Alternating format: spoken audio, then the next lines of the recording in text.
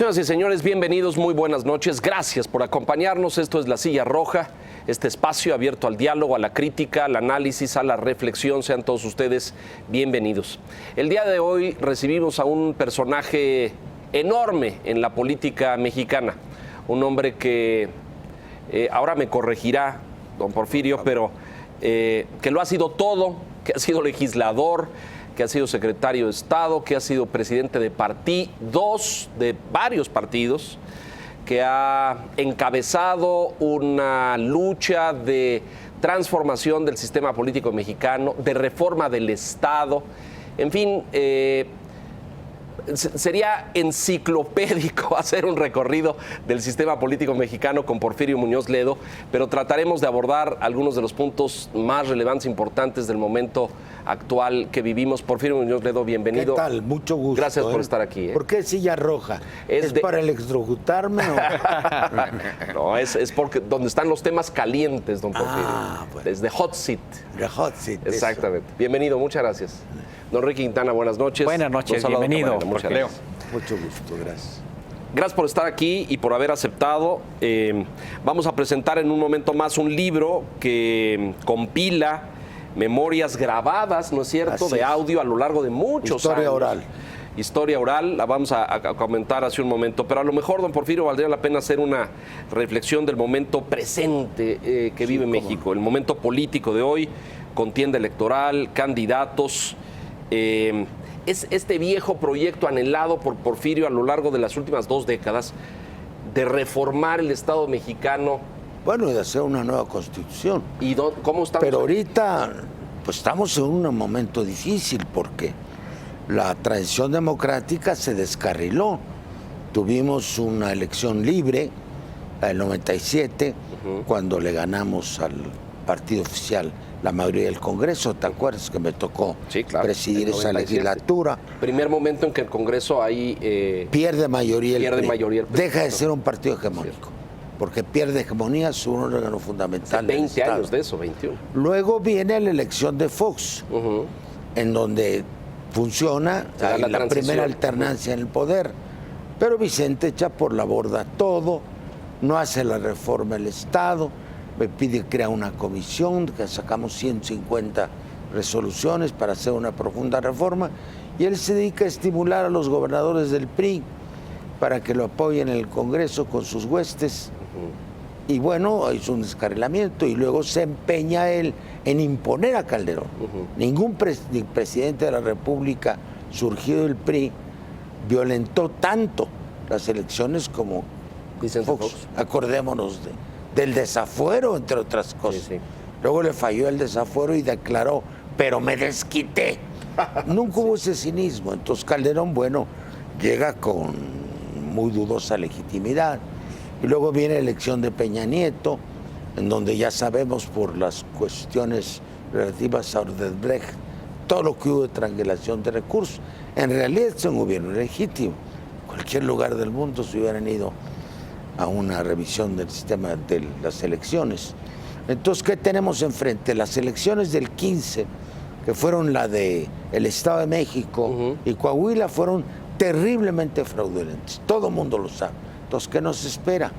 ¿Cómo recomponer el sistema electoral? En eso estamos trabajando ahora. Vamos a tener entrevistas con el INE y con la FEPADE y con el TRIFE, un grupo muy numeroso de ciudadanos, de organizaciones, para exigirles que hagan un mínimo de limpieza en las elecciones. Pues si no, el fraude lo empiezan a hacer ahora. Hay quien piensa que el INE está debilitado ante este proceso electoral. No es que esté debilitado, es que no se atreve, porque hay voces encontradas. Presidente del INE, Lorenzo Córdoba, no es un presidente de mayoría, como lo fue Pepe Boldenberg, por ejemplo. Entonces ahí hay corrientes encontradas. Y en el TRIFE la presidenta tiene minoría también. Acaban de legitimar el uso de las famosas tarjetas para las elecciones. Pues ¿a quién se le ocurre eso? Entonces enfrentamos un año muy difícil. Vamos a hacer una gran presión social para la limpieza electoral. Pero si no lo logramos, va a haber un problema mayor. Yo no creo que la gente se vaya a aguantar otro fraude. Porfirio, en este contexto, En las encuestas aparece sistemáticamente Andrés Manuel López Obrador. Así es. A la cabeza y con una ventaja amplia, 10, 12 puntos en algunas de ellas. ¿Percibe que eventualmente un triunfo de López Obrador con una diferencia significativa, a pesar de las deficiencias del sistema electoral que comentábamos hace un momento, implicaría un cambio de régimen como usted lo imagina? Bueno, va a ser un cambio político muy importante. Va a cambiar el personal político del país. Tengamos en cuenta que además de lo que he relatado del periodo reciente, tenemos 30 años de lo mismo. A nosotros nos arrebataron la victoria en 1988. Cuauhtémoc Cárdenas ganó esas elecciones. Hicieron un fraude postelectoral, porque no creían que iban a perder. Y el día de la elección fue la famosa caída del sistema. Pararon la información y se dieron 15 días para cambiar actas, cambiar urnas, cambiar votos. Esa es la verdad. Y desde entonces no hemos tenido una solución al problema. Entonces vamos un poco por la revancha del 88 también. ¿Así habría que pensar esta elección del 2018? Los que estuvimos en el 88. Aquellos que vivieron esa etapa. Así es, el ingeniero Cárdenas, desde luego, Figenia Martínez y yo a la cabeza de ese movimiento. No la restauración de la democracia en México. México ha tenido muy breves periodos de democracia. Hay quien piensa que son 3 nada más. De 1867, la restauración de la República por Juárez, al 72, donde Juárez muere y es el rebumbio. Luego, el nuestro, el del 97 al 2000-2001, en que hubo democracia. Y bueno, desde luego el de Madero, del 10 al 13. Pero lo demás no ha habido democracia en México, eso no es cierto. Durante siglo y medio o más, 2 siglos de vida casi independiente, hubo una sola alternancia en el poder por la vía pacífica, que fue la de Vicente, que echó todo por la borda después. Porfirio. Pues, lo que en México se necesita es instaurar la democracia. En esta reflexión de vamos por una revancha, pero bueno, nosotros, los de la pelea pasada. Exacto, porque luego uno no sabe quién es el nosotros. Bueno, Andrés Manuel López Obrador ha sido un poco vago, quizá astutamente, de qué proyecto está encabezando en esta ocasión, porque la invitación ha sido muy amplia. Incluso ahora le critican lo que en el pasado le reclamaban. Bueno, así es la política. ¿Usted está con Andrés Manuel López Obrador? Mal. Bueno, yo no estoy militando en ningún partido, pero desde luego pues somos los fundadores del movimiento. Los 3 primeros presidentes del PRD fuimos Cuauhtémoc Cárdenas, su servidor, y Andrés Manuel López Obrador. Yo le entregué la presidencia al partido, lo conozco bien, y creo que puede ser obviamente el candidato de izquierda, aunque ahora se ha abierto a otras corrientes y a otras simpatías que le han llegado, en un estilo pues más realista. Pues, ¿Es pragmatismo eso? Todo cabe, ahora le abren la puerta, el que vaya pasando ya también es... No cualquiera, no quiere. ¿Lino Corrodí? Bueno, Lino es un buen hombre, ¿no? Que quedó totalmente desencantado. Alfonso Durazo, Gabriela Cuevas. Gabriela del PRI, del PAN, del PRD. No, pero no es tan fácil. Gabriela Cuevas es la presidenta del Parlamento Mundial. Es correcto, sí. Sí. No se le ha estimado aquí lo que significa eso. No solamente el primer mexicano, sino la primera mujer que es presidenta. Entonces ella necesita, para seguir, sí, ser legisladora, es correcto. Ser legisladora, necesita una plurinominal y su partido se la negó por egoísmo. Entonces Andrés se lo ofreció y lo explicó muy bien. Ahora, no, yo no tengo nada contra Gabriela. Gabriela fue una extraordinaria compañera, el constituyente de la Ciudad de México, la presidenta de la Comisión sobre Alcaldías, hizo un gran papel, es una mujer muy inteligente. Yo no sé qué le ven de malo. Porfirio, pero lo que usted decía, yo conozco a Andrés Manuel López Obrador. Es increíble que haya sido 2 veces candidato presidencial Andrés Manuel y hay muchas incógnitas sobre qué haría en la presidencia. ¿Se volvería loco? ¿Sería un Chávez? ¿O sería un estadista? Pues ¿Usted cómo lo ve con la experiencia? Pero ¿qué tiene que ver? Chávez llega al poder, son de las vaciladas que ni siquiera llegan a hacer guerra sucia. Chávez llega al poder por un golpe de Estado militar. Vamos a comenzar por eso. Bueno, irrumpe, luego llega por el elecciones. Y luego por la vía electoral. Es decir, bueno, después. Porque después del golpe va a dar a la cárcel. Bueno, y luego es candidato y gana. Sí, ¿no? Sí, bueno. Irrumpe en la escena. Irrumpe en la escena. pero es un candidato que expresamente hace una revolución bolivariana, hace una nueva constitución de otro corte, y luego viene Maduro. Pero Maduro es el PRI, hombre, es el régimen duro. Maduro es el PRI. Claro, pues el régimen duro, ahí lo están diciendo los periódicos Es un norteamericanos. represor ese señor, ¿eh? Han muerto jóvenes en las calles de Caracas. ¿Y aquí cuántos se mueren? El régimen es un régimen duro. Aquí se muere mucho la gente, más que en Venezuela. claro, toda la vida. Veamos las cifras, por Dios, 10 veces más. Claro, yo no estoy de acuerdo con Maduro. ¿Qué Andrés ve, Andrés Manuel? Yo veo un lo ve? hombre ya maduro, que ha aprendido de las derrotas y que tiene una idea más clara y más equilibrada de nación. Sensato, Lo mesurado. veo sensato y mesurado. ¿Y qué no le gusta de lo que ve de Andrés? Bueno, no tengo ninguna crítica particular que hacerle. Es un genio y figura hasta la sepultura. ¿Está usted Tiene cerca su hoy, estilo. Porfirio? ¿Lo consulta? No, ¿Es asesor algo? ¿Nada? Hace tiempo que no ya lo no. veo. Yo estoy trabajando en el gobierno de la Ciudad de México, soy jefe de la unidad de la reforma del Estado, me dedico a lo mío. Sí, pero habrá que votar. Yo no voy a votar por el PAN después de 2 fracasos que tuvimos con Fox y con Y Calderón. supongo que por el PRI tampoco. Es obvio. Me ha de or not, me ha de, that's the question. Licenciado Muñoz Ledo, dice que la democracia no se consolidó porque en la transición falló Fox. ¿Fue la persona No, o es bueno, el fue- sistema? Falló él en lo que le correspondió. Sí, claro. Quizá hicimos un depósito de confianza en él que no debíamos haber tenido. Él y yo nos reunimos, fuimos contendientes, recordarás, Claro. Sí, en claro. Guanajuato, Sí. Y usted concedió en favor de él. claro, para tirar el PRI, lo Claro. tiramos. Y lo lograron. Y lo logramos, pero fue una maniobra táctica, vamos. Y bueno, se aventó para adelante, y necesitamos una gente que se aventara para adelante, pero no como el Borras, perdón, como dicen los muchachos. Me comentó a mí la Comisión de la Reforma del Estado, incluso la hice en sus oficinas de campaña, con más de 150 personalidades, y lo tiró por la borda. Me dijo eso después. Entonces yo me fui a Europa. Sí, No fue voy a embajador. estar aquí esperando. Sí, pero porque no tenía nada que hacer aquí. No había nada. Pero esto de la pregunta del sistema y el hombre.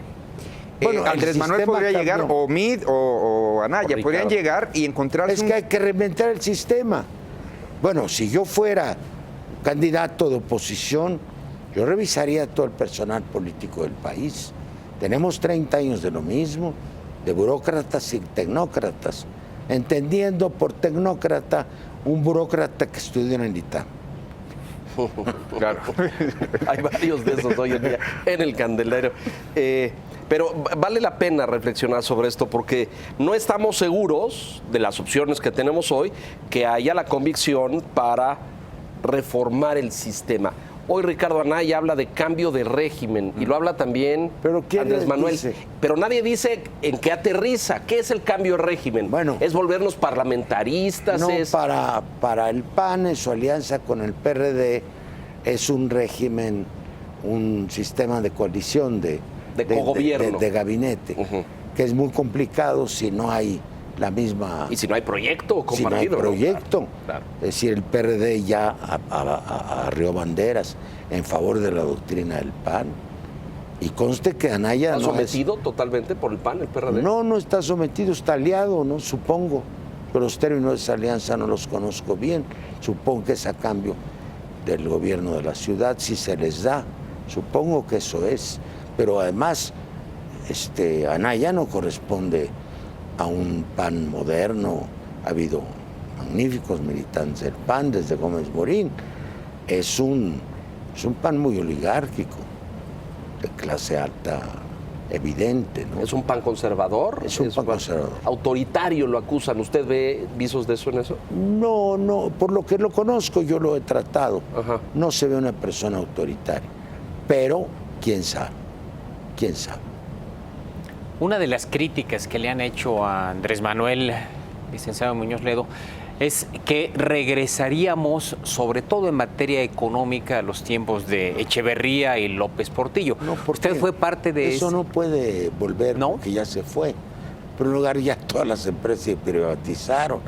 Después de la Madrid es imposible volver a lo que ocurrió. Lo que ocurrió es otro momento de la historia. Echeverría es el fin del desarrollo estabilizador. Él tuvo, el desempeño económico fue muy bueno hasta el 75, donde se tomó la decisión insensata, siendo ya secretario de Hacienda López Portillo, de la petrolización del país. Lo que hundió a la economía mexicana fue la petrolización. Nos endeudamos a decir basta y los precios del petróleo cayeron drásticamente de $38 a $8 en 2 años. Nos quedamos clavados como una mariposa en la pared. ¿Fue una estrategia equivocada, don Porfirio? La petrolización fue brutal. Yo me opuse. Mis diferencias con el licenciado López Portillo, que fuimos compañeros de gabinete, sí, claro, que tuvimos una comisión para decidir el destino petrolero, fueron justamente la petrolización. Era secretario de Educación y metía yo el tema del petróleo y un día me dijo, lo cito en la noche para hablar de petróleo. Y luego dijo, Muñoz Ledo tiene 2 audiencias conmigo, una como secretario de Educación y otra en la noche como asesor petrolero. Yo me puse drástica y dramáticamente a la petrolización, que fue la ruina económica del país. Pusimos todos los huevos en una sola canasta. Exactamente, la síndrome holandés que le llaman, ¿no? Claro. Y en este caso con un endeudamiento brutal. Ya no se controló el gasto público, no se controló porque tenemos petróleo. No hicimos la reforma fiscal, que era urgente, indispensable, porque teníamos petróleo. Se desmanejó todo el gasto porque teníamos petróleo.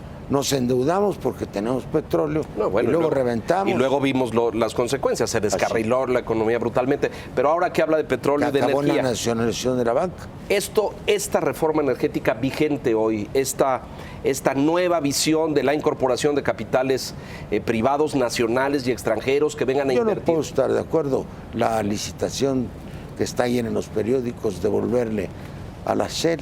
Sí. Que es exactamente el origen de la expropiación petrolera. ¿Es ir para atrás en la historia? Claro. ¿Qué sentido tiene si el petróleo está bien que lo entreguemos? No, pero ¿cómo va a estar bien si tenemos un Pemex derruido, endeudado, quebrado? El Pemex era una gran empresa mexicana. Pero nos la acabamos también. Se la acabaron también. El sindicato y se la acabaron los directores. El sindicato a mí me tocó lidiar con él como secretario del Trabajo. Siempre tuvo sus límites. Lo que pasa es que tenía un 10% de plaza de confianza, pero ahí se quedaba. Todo el resto era profesional. Eso no es cierto. Yo hice 3 revisiones cabales del contrato colectivo de Pemex y sé cómo funcionaba esa empresa. Y tenía personal de primera, los mejores ingenieros de México. Ahí estaban en Pemex. No es cierto que fuera una empresa quebrada. La quebraron, es otro. Si de la Madrid vende todas las empresas del Estado, privatiza, luego convierte una economía real en una economía financiera, y luego viene la debacle. Pero eso se puede restaurar, No tenemos por qué trasladar la riqueza petrolera y la renta petrolera al exterior.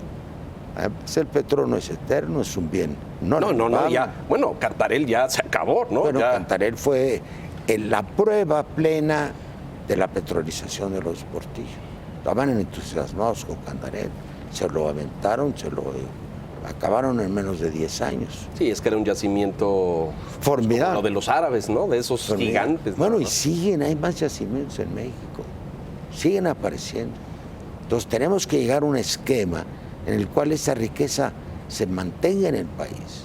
Andrés Manuel lo llama a usted mañana en la mañana y le dice, ¿qué hacer con la reforma energética? ¿Qué sugiere usted? Bueno, yo creo que hay que darle marcha atrás. ¿Usted piensa un problema. Es un problema porque requiere una reforma constitucional. Claro. Una cosa es lo que se debe y otra cosa es lo que se puede. Andrés Manuel sabe, es obvio, que no puede hacer las reformas que él quisiera. Primero falta que tenga mayoría en el Congreso. Es más, él ya no está hablando de reformas legales. No, ya no. Ha mandado un mensaje porque sabe que no las puede hacer. Él tendría que hacer como se hace en la Casa Blanca. La Casa Blanca hay una oficina exclusivamente dedicada a executive orders, que es todo aquello que se hace por decreto sin mover las leyes. Por el Congreso. Esa es la gran expertise de los técnicos de la Casa Blanca. ¿Qué puede hacer el presidente por decreto sin modificar las leyes? Ese es un tema. Los problemas son reales, no hay una fórmula mágica. Porfirio, no hemos hablado de otro componente. Estamos reunidos aquí, entre otras cosas, con usted por un libro que acaba de aparecer y que se está presentando en estos días, donde usted va contando su historia. Además, en un formato muy interesante, porque es un diálogo, es historia oral, es muy rico.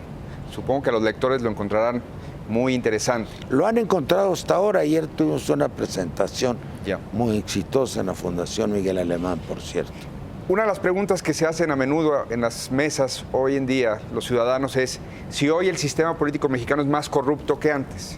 Con su visión de experiencia, como ha participado... La corrupción, porque todo está corrupto. Antes era... En primer lugar, la corrupción existió desde la colonia y se mantuvo a través de todos los regímenes, pero una corrupción controlada.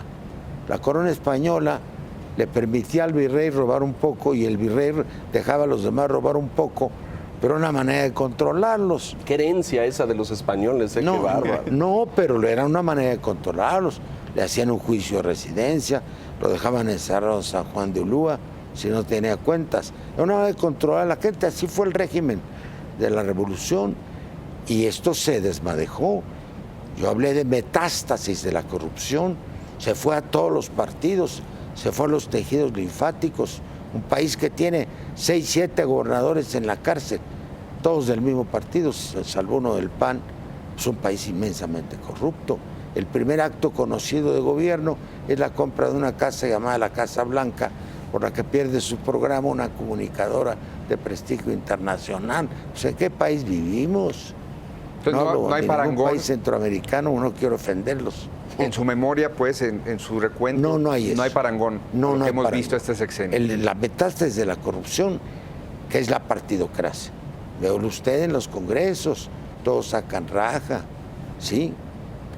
Se fue a todos los tejidos de la sociedad. Esto no aunado al narco, pues da una combinación explosiva.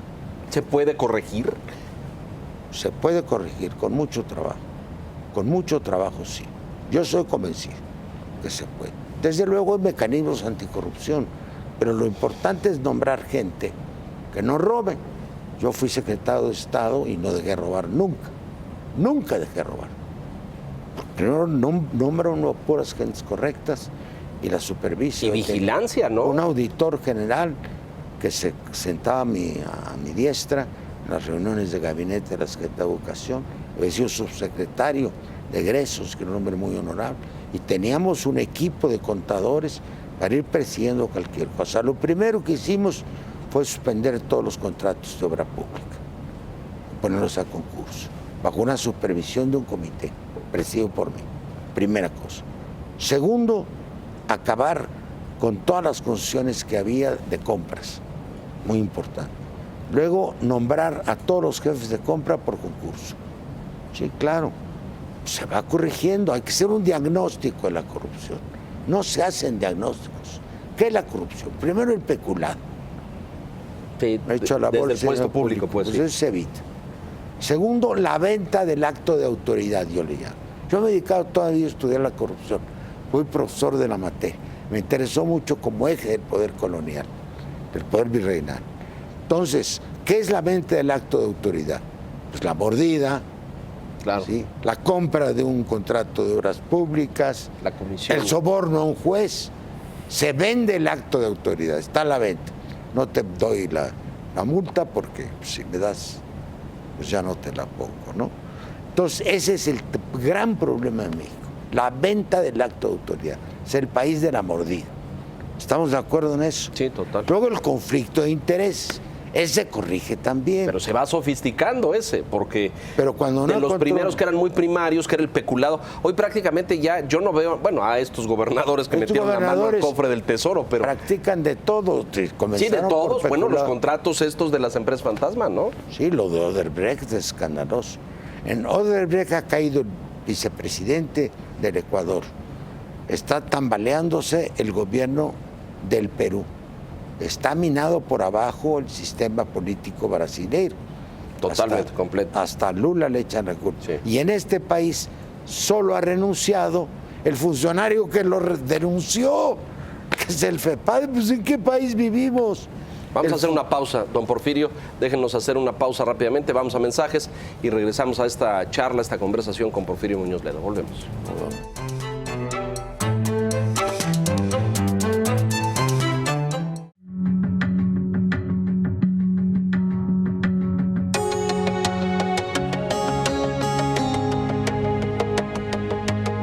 El campo mexicano necesita una planeación y trabajo para su crecimiento. Foro Agro, segunda edición. Un espacio de diálogo y entendimiento donde los expertos plantearán sus propuestas de desarrollo. Acompáñanos este 6 de marzo a partir de las 9 de la mañana. Una transmisión especial del Financiero Bloomberg.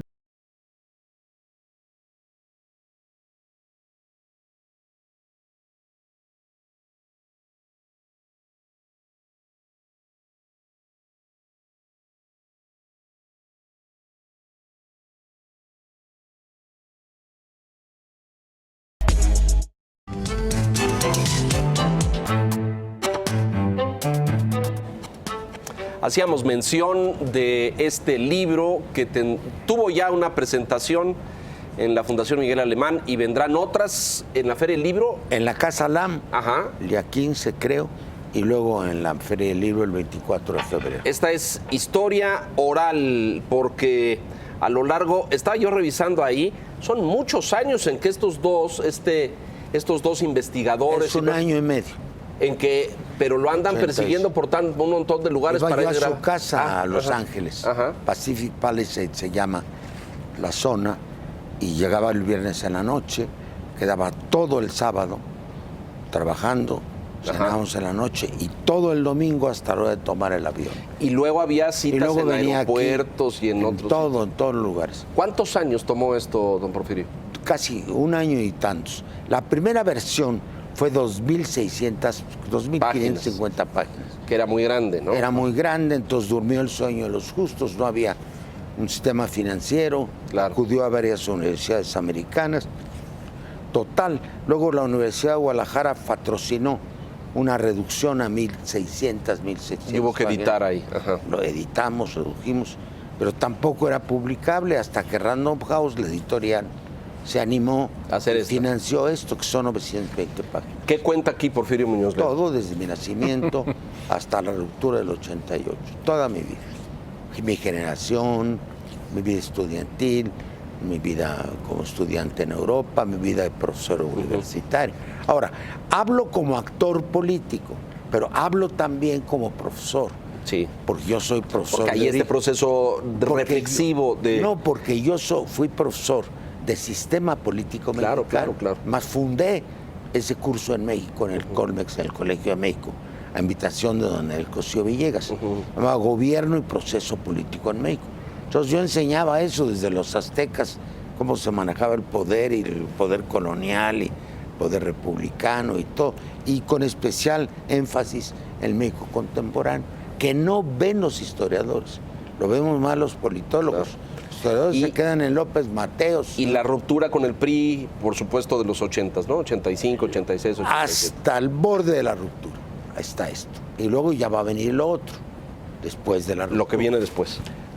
Seguramente alguna vez, licenciado, ha de haber reflexionado si allá en 1975 Luis Echeverría, en lugar de haber optado por López Portillo, hubiera optado por usted.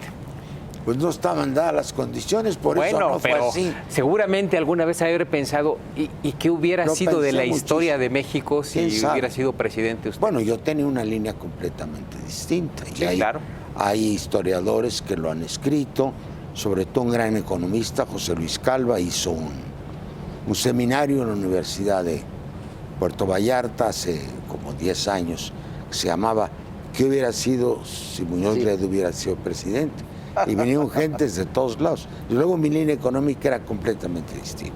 Ahora, ya el tema es que la decisión la tomó el presidente Echeverría, siendo los Portillo secretario de Hacienda. Y entonces le dio todo el lado de la acera para hacer esa política, que ya era irreversible. Yo estaba en contra de la petrolización, a favor de la reforma fiscal, a favor del control del gasto público. Era un esquema completamente distinto. ¿Ve todavía al presidente Echeverría? ¿Lo visita? ¿Lo frecuenta? No lo he Nada. visto. Nada. Está bastante enfermo. Sí, Me da eso. pena, Estuvo no hospitalizado recientemente. Estuvo, sí. No lo he visto. Es difícil verlo. ¿Y colegas y compañeros de esa generación todavía? Ya casi se han ido todos. Casi, ¿verdad? Compañeros de gabinete, pues prácticamente todos, no queda ninguno. No recuerdo, ni incluso los de mi generación, como Mario Moya o Pedro Ojeda Pavía. Todos esos ya se fueron. Ya se fueron todos. No, si yo soy medio longevo, ya me toca ver. ¿Y cómo se ve en retrospectiva a estas alturas? Don Bueno, pues Porfirio? estoy contento de lo que pude hacer. Cualquier Hay logros, momento ¿no? me pueden haber noqueado. Pero ¿lo noquearon? No, ahí lo digo en alguna parte del libro, que cada época de mi vida fue como un round. Yo soy un luchador más que un político. Son rounds. Pero de la Madrid lo mandó al refri, ¿no? No, a mí no me mandó. Al congelador, estuvo un poquito. No me mandó. ¿No? La Madrid no era para mandar. Con López Portillo hubo No, cercanía y colaboración. No, con pero Miguel. en el gobierno. Miguel fue mi compañero de escuela, fue el vicepresidente de mesa directiva de la Sociedad de Alumnos, el representante de las escuelas privadas. Yo tuve una amistad de toda la vida con Miguel, pero cuando llegó a la presidencia empezó a tener otra dirección. Le dudó, no me quería tener junto, quizá porque desplazo mucha agua, o la desplazaba entonces. Desplazo mucha agua. Él no es precisamente un hombre de gran personalidad, no lo era. Esta reflexión, sin duda, Porfirio, no se puede dividir, o en algunos momentos está cerca y luego distante, pero el PRI es otro actor de su vida. Es un actor, no, es un marco. Es un marco de su vida. Independientemente del resultado electoral de la próxima elección presidencial, ¿qué PRI se imagina que pueda seguir? Ya no hay. Mire, en primer lugar, yo no me formé en el PRI, sino he sido diputado local, regidor, estas cosas, diputado federal. Yo me formé en la academia, yo entré al gobierno por la vía de la academia. Mi primer cargo fue subdirector general de Educación Superior e Investigación Científica cuando tenía 28 años. Luego fui a grado cultural en Francia. Yo en realidad mi primer cargo político lo tuve a los 35 años. Y yo no era del sector PRI, era del sector funcionario del sector social además. Cuando hay el destapamiento de los Portillo, pues el presidente me pide que yo asuma presidencia del PRI. Pues la asumo, pero yo no tenía credencial del PRI. Fue un nombramiento. Entonces, en la primer viaje que hice con López Portillo, comenzar la campaña, él el candidato, yo el jefe de la campaña, me dijo, oiga, Porfirio, usted es del PRI. No, presidente, no, que candidato. Pues yo tampoco. Digo, estas son cosas que pasan. Para los momentos que vivimos hoy en día, ¿no? Me parece muy No fue el primero. Sí, sí. Pero no dijimos háganos suyo. No. Pero eso, ahora hay una perspectiva de qué puede pasar en la elección, independientemente, insisto, del resultado. Bueno, van a tratar de... El partido. De robar votos, sí. Meade no está completamente muerto. Va en tercer lugar y ya no levanta, pero le van a arrimar todo lo que puedan. Sí, que es lo que hay que cuidarse. ¿Tiene usted pronóstico, Porfirio? No, pues ya va muy atrás. No hay ninguna. ¿No remonta? Ninguna Pero esto no está encuesta. escrito, estamos empezando febrero. No, faltan todavía muchos pero no por pasar. tiene condiciones. No, ¿Por qué pero piensa usted? Porque lo revelan las encuestas, porque conozco su personalidad, porque ya el aparato del PRI no funciona. Las encuestas lo tienen en tercer lugar, muy abajo. Eso que de una maroma, lo van a tratar de inflar. Lo otro es que apuesten a Naya, el sistema, pero está más complicado. Todavía van a tratar de inflar a mí, pero no creo que llegue ni siquiera al segundo lugar. En su trayectoria política, algo que ya no alcanza a entrar propiamente en el libro, es cuando usted rompe en alguna medida la tradición del viejo parlamentarismo mexicano. Así es. El de Sí, a sus claro, órdenes, claro. señor No había presidente. parlamentarismo, En el había último informe de La Miguel de la Madrid. interpelación. Cuando interpelo a Miguel. Sí, exactamente, Estaba en el último asustadísimo. informe. No querían reconocerme, habíamos ganado el Senado. Sí, Ifigenia y yo, 10 días antes del informe, no querían calificar nuestra elección. Yo le mandé un mensaje de la Madrid que yo estaría en su informe, como periodista, como dirigente partidario, o como aquel personaje, el chacal de la película del atentado contra De Gaulle. Y yo le dije, ahí voy a estar.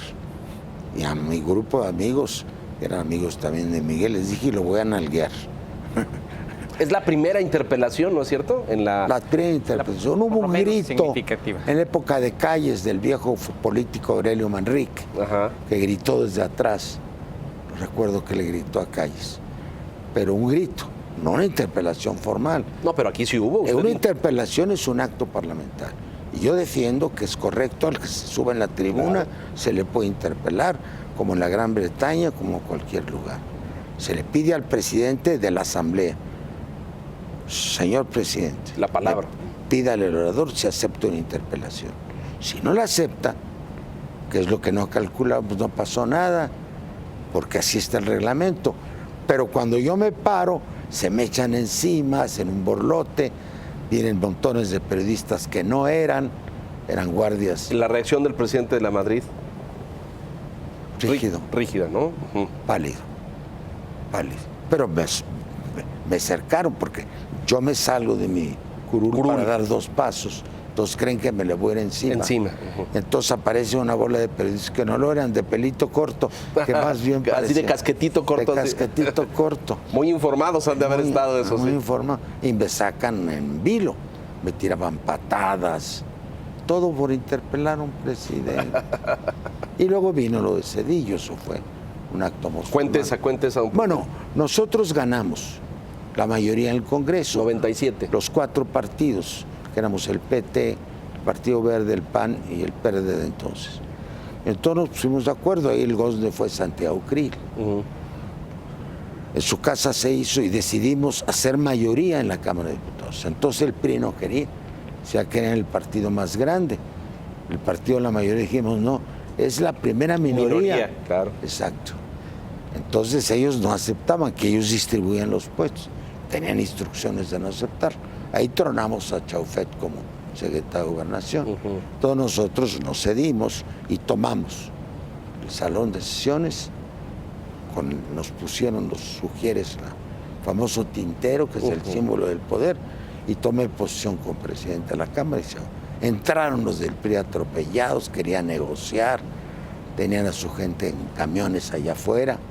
Entonces dijimos, no negociamos. Yo ya tomé protesta, Así entonces quedó. violé la Constitución porque dice que nunca se podrá depositar el poder legislativo a una sola persona. Yo fui 8 horas el único diputado que tomó posición, porque tardamos En el procedimiento de. pues bueno, es que tuvimos que interrumpir porque Claro.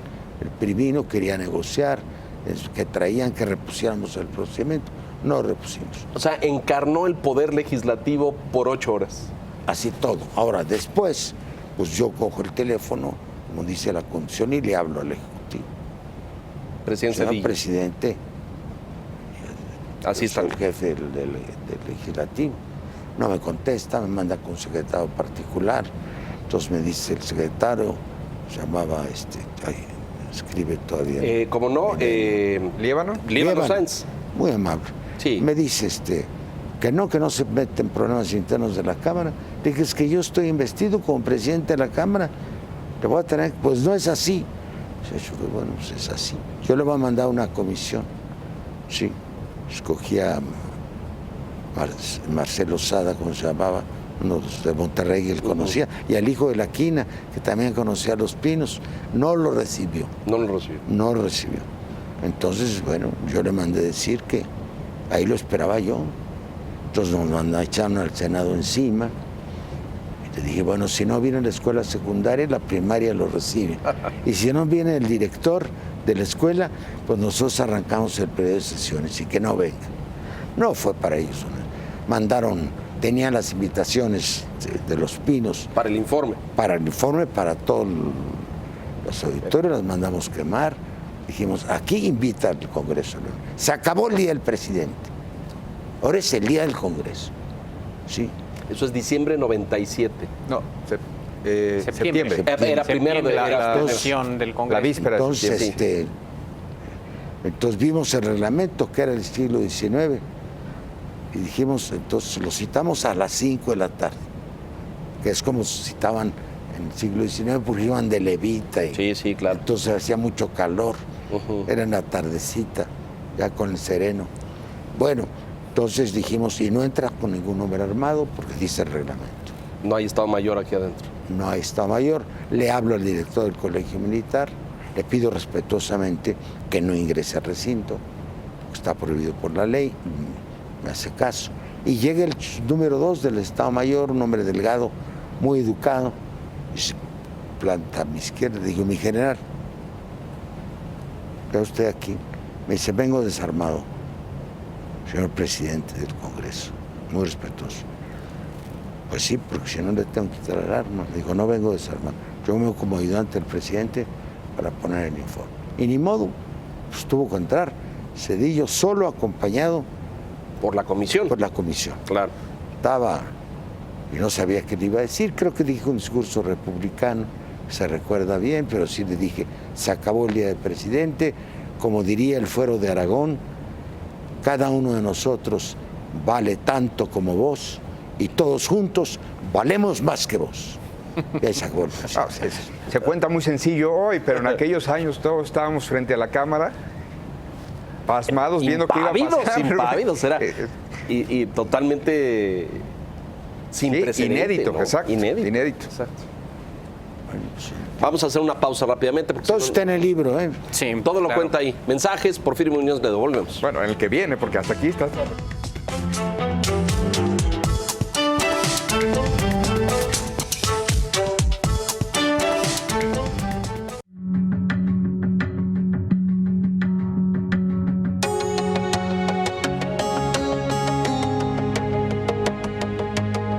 Mauricio Mejía tiene la información más oportuna para la sobremesa, cultura, espectáculos y deportes. Expreso Doble, lunes a viernes, primera emisión, 3:45 de la tarde. Segunda emisión, 6:45 de la tarde. Porque reconoces lo importante, el financiero Bloomberg. El campo mexicano necesita una planeación y trabajo para su crecimiento. Foro Agro, segunda edición. Un espacio de diálogo y entendimiento donde los expertos plantearán sus propuestas de desarrollo. Acompáñanos este 6 de marzo a partir de las 9 de la mañana. Una transmisión especial del financiero Bloomberg.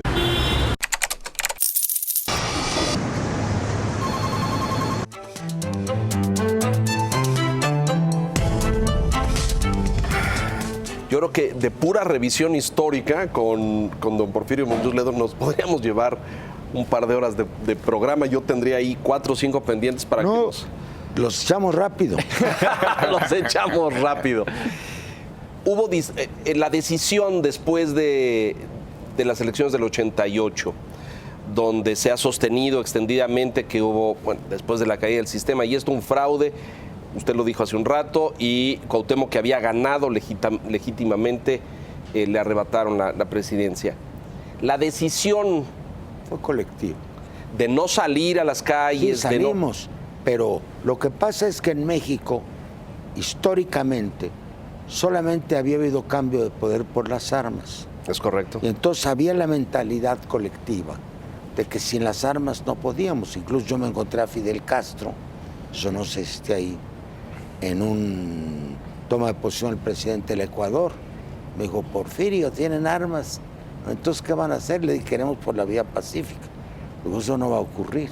Esa decisión es colectiva. El ingeniero Pues Cárdenas... los partidos querían sus diputaciones también. El Frente Democrático Nacional. Teníamos casi la mitad de la Cámara, el 45%. Es en parte eso.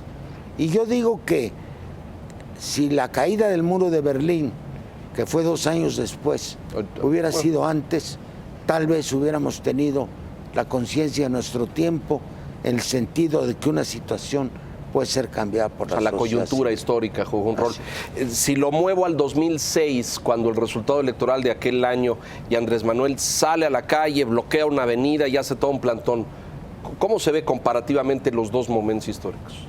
Yo creo que a la luz de lo que se supo después de la caída del muro de Berlín, había que haber intentado la toma del poder por la vía civil.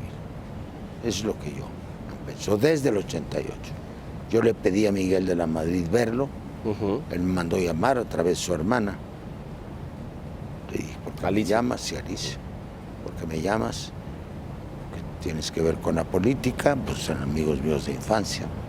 Y me dijo, no, es que puede la situación ponerse muy difícil. Le dije, dile a tu marido, a tu hermano, que quiero hablar con él. Pasando las elecciones, y ya no me recibió. Ya no. Yo se le iba a plantear, Miguel, o la bebes o la derramas. Aquí nos vamos a las calles. A ver, mata a 200,000 gentes. No sabía qué hacer, Miguel. Ese encuentro no se da. No se da. Ya no. Ya no quiere él y manda a Salinas a negociar con los partidos. ¿Y con Salinas se sientan? ¿Hay encuentro? Yo no. ¿Cuauhtémoc? Sí. Sí se da. Sí, lo aclaró después, años después. Muchos años después. Muchos años. Pero sí hubo ese encuentro. Sí hubo ese encuentro. La ansiada foto, ¿no es cierto? Que nunca vimos, pero... Nunca hubo foto, pero sí diálogo. Hubo encuentro. Licenciado Muñoz Ledo, ¿usted ha visto a la clase política mexicana por muchas décadas? Ha habido varias clases políticas, no es la misma. No, por eso mismo. La de Juárez era distinta, que eran muy cuates míos. Tenemos hoy una clase política que no está a la altura de sus tiempos respecto Pero la al clase 88. política es subordinada de la clase tecnocrática. Subordinada, tiene muchos años de subordinación. No sé si me explica. Sí. Entonces, ¿qué queda de la vieja clase política? Es los políticos de lista. Los quieren ser diputados locales o regidores. Ese es. Ya los grandes sectores del PRI ya no tienen fuerza. La época que la CTM tronaba fuerte, la CNC arrastraba mítines. Hay que darnos cuenta de que desde el mítin de Cuauhtémoc en Zócalo, que llenamos el Zócalo, nunca más ha vuelto a haber un mítin del gobierno que llene el Zócalo. La plaza pública es para oposición. Ahí les quitamos, es parte de la revolución del Distrito Federal. Realmente desde el terremoto, Ahí sí, Miguel, 85. claro, Miguel de la Madrid se pasma. Repliega. Se repliega, entonces la gente toma las calles.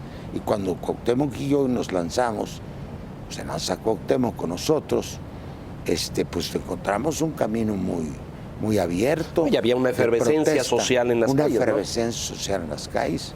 Pero esa clase política ahora está traducida en un pluripartidismo.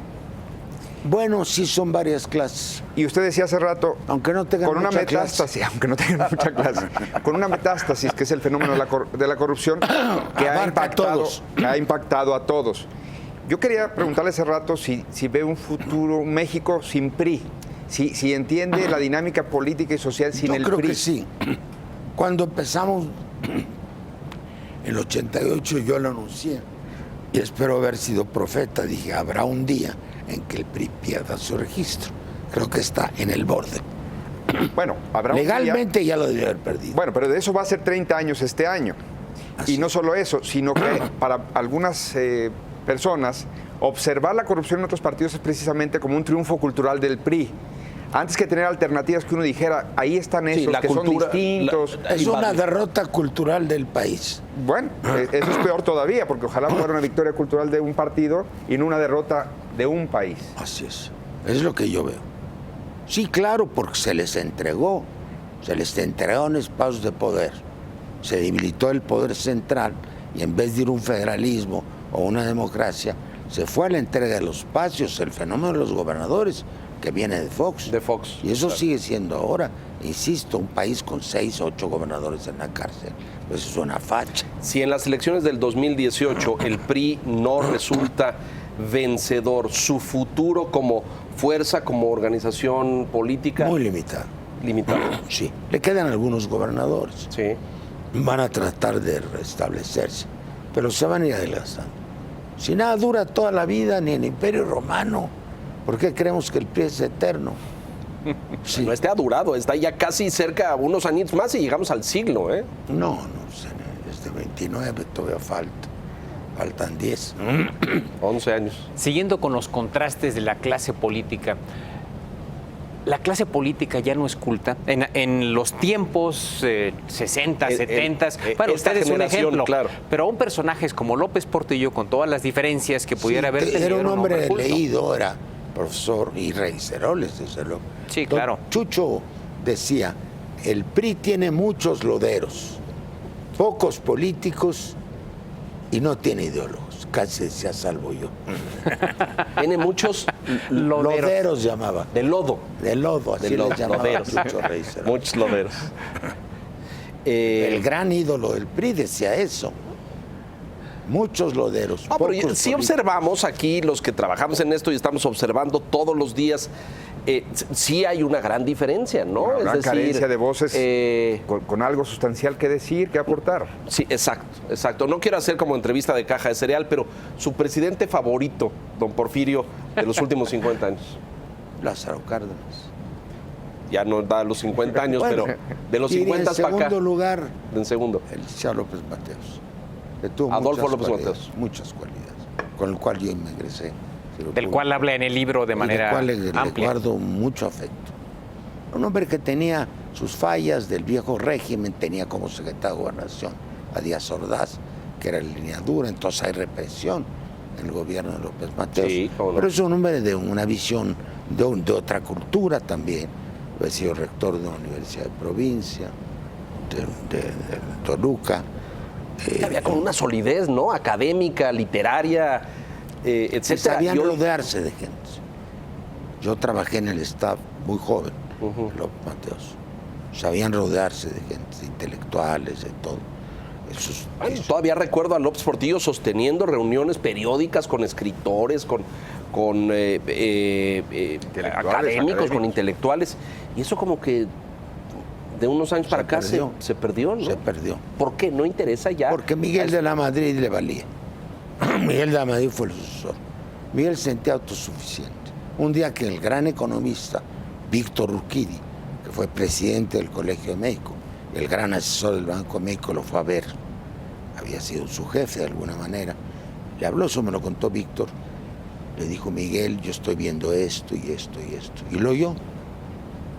Lo oyó. Cuando terminó Víctor, le dijo, ¿qué piensa usted? Que usted es profesor de economía, pero yo soy el presidente de México. Así era Miguel. Pero, ¿Cómo vive un intelectual? Pero Salinas no hizo eso. No, Salinas se rodeó de ellos. Salinas y los utilizó. crea el Conaculta, genera una nueva atrae, política. claro. Ya te la con habíamos ellos. creado. Yo como secretario de Educación hice una subsecretaría de Educación con 40 instituciones que me sectoralizaron, que es el fundamento de Conaculta. Es mi subsecretario de Cultura, fue el primer presidente de Conaculta, Víctor Flores Solé. mi compañero de toda la vida, de los pocos que viven. Pero tenemos una falsa nostalgia de esos tiempos, o sí hay una carencia en la política, en el espacio del servicio Por público ejemplo, de Octavio cuadros. Paz tenía mucha influencia con los gobiernos. Mucha. Su pleito Claro. con Carlos Fuentes, el que ganó fue él. Sí. Sí, tenía mucha influencia. Sí, pero nunca. Yo creo que eso empieza a palidecer con Cedillo. Si tenemos un minuto, les cuento una anécdota. Venga, tenemos muchos. Estaba yo en Brasil. Siempre que iba yo a Brasilia y veía al presidente, Fernando Henrique Cardoso, Sí. fue un académico de primera, un gran sociólogo. Muy respetado en Brasil. Una obra publicada. Ahora ya no, porque se corrió muy a la derecha. Pero en fin, entonces, ¿qué voy a hacer en México? Le dije, bueno, vamos a hacer una cena con Cedillo. Toda invita a una cena. En la embajada invita a todos tus cuates. Era amigo de toda la clase intelectual, de Carlos Fuentes, de Octavio Paz, de Pablo González Casanova, de Enrique González Pedrero, de los ex embajadores. Entonces propuso eso y Los Pinos dijo que lo organizaba. Entonces cuando empezó la cena, yo iba a empezar a bromear a Cedillo. Me paró Fernando Enrique. Dijo, Porfirio, no vayas a hacer una de tus aventuras. Estamos enfrente de un gran presidente mexicano, yo soy un humilde presidente brasileño. Qué elegancia. Cuando Cedillo no hubiera aguantado media hora de discusión sobre ningún tema cultural. Pues eran hombres ya muy letrados. Por eso la diferencia con los tecnócratas. Claro, ya son los tecnócratas ellos.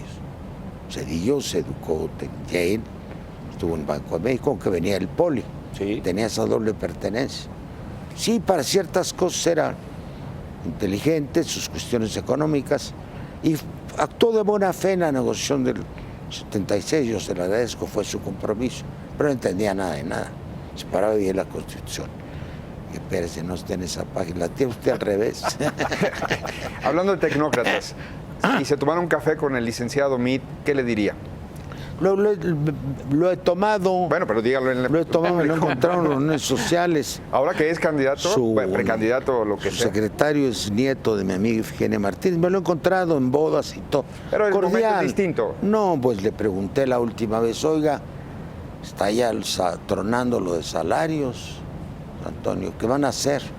Digo, el Banco de México no lo autoriza. Entonces el Banco de México fija salarios en este país. Pues ¿en dónde estamos? No, son tecnócratas cuadrados.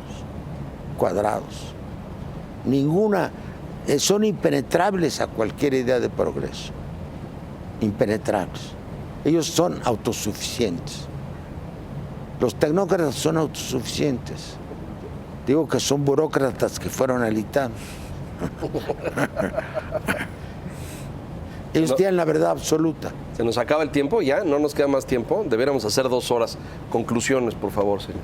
No, yo creo que es muy importante que en el escenario político se publiquen memorias, se discutan las versiones de las personas. Faltan memorias. Para hacernos una idea más común. Y tener esta retrospectiva, de ¿no? mitos o Sí, de claro. subjetividades. Y en ese sentido, agradecer un esfuerzo de esos.